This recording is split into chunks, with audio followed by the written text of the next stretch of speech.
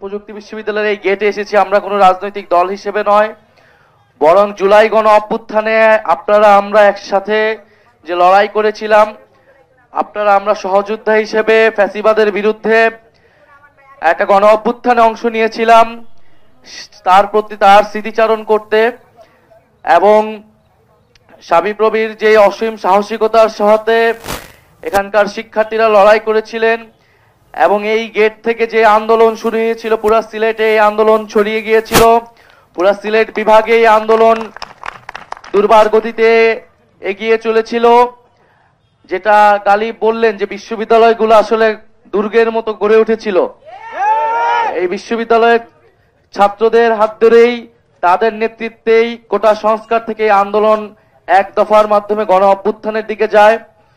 আমরা আজকে খুব শ্রদ্ধার সাথে স্মরণ করছি শহীদ রুদ্রকে, যিনি ফ্যাসিবাদ বিরোধী লড়াইয়ে এই শাবিপ্রবির শিক্ষার্থী ছিলেন, যিনি এই আন্দোলনে গণ অভ্যুত্থানে বাংলাদেশের মানুষের মুক্তির লড়াই একটা বৈষম্যহীন গণতান্ত্রিক বাংলাদেশ প্রতিষ্ঠার জন্য উনি জীবন দিয়েছেন।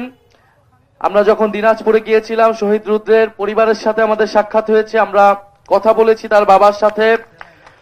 ওনার বাবা খুবই গৌরব বোধ করে যে ওনার সন্তান জীবন দিয়েছেন।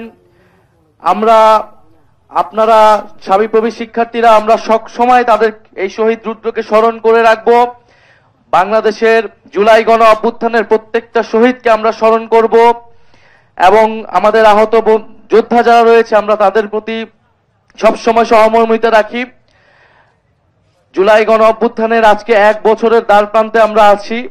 আমরা জানি আমাদের অনেক চাওয়া পাওয়া পূরণ হয়নি, আশা আকাঙ্ক্ষা পূরণ হয়নি, কিন্তু জুলাই গণ অভ্যুত্থানের মাধ্যমে আমরা একটা কথা বলার জায়গা পেয়েছি।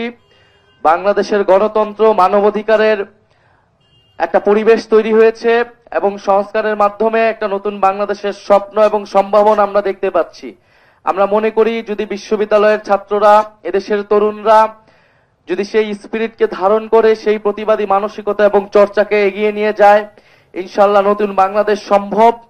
এবং শাবিপ্রবি যেভাবে গণ অভ্যুত্থান সহ ফ্যাসিবাদ বিরোধী লড়াইয়ে শিক্ষার্থীদের স্বার্থের প্রতিটি লড়াইয়ে গত 15 বছর অংশগ্রহণ করেছে, লড়াইয়ে সামনে থেকে ভূমিকা রেখেছে, আমরা আশা করব সামনের যে নতুন বাংলাদেশ সেখানে রাজনৈতিক, সাংস্কৃতিক, একাডেমিক ভাবে সবকিছুতেই শাবিপ্রবির শিক্ষার্থীরা নেতৃত্ব দেবে, এগিয়ে থাকবে এবং বিশ্ববিদ্যালয়গুলোতে আমরা যে একাডেমিক পরিবেশ চেয়েছি, রাজনৈতিক সহ অবস্থান চেয়েছি, গণতান্ত্রিক পরিবেশ চেয়েছি, সেইটা যাতে বিশ্ববিদ্যালয়ে নিশ্চিত হয়।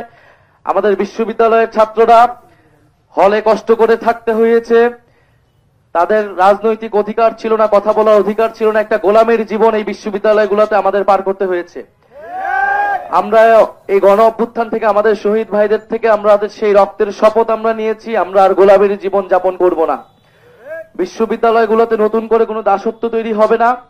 বিশ্ববিদ্যালয়ে অনেক স্বপ্ন নিয়ে আমরা পড়তে আসি, সেই স্বপ্ন পূরণ হবে এবং তরুণদের কর্মসংস্থান নিশ্চিত হবে। এমন একটা বাংলাদেশ আমরা চাই, বাংলাদেশের সেই অর্থনীতির সংস্কার আমরা চাই।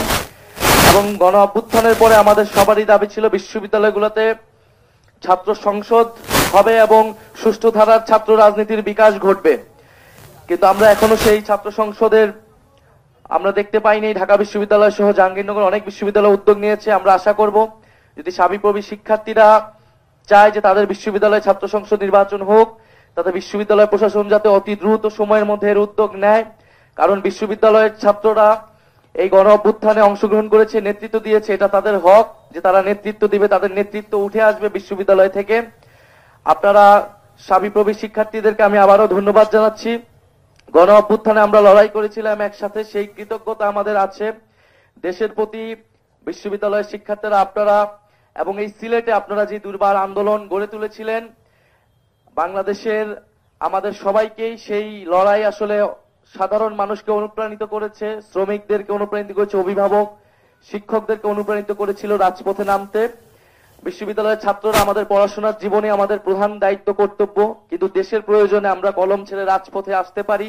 আমরা যুগে যুগে এসেছি, দেশের প্রয়োজনে আবারও আসব ইনশাল্লাহ, কিন্তু তার আগে আমরা চাই, আমরা বারবার রাজপথে নামতে চাই না, আমরা সুষ্ঠুভাবে গণতান্ত্রিকভাবে আমাদের দেশের সংস্কার সমাধান আমরা চাই।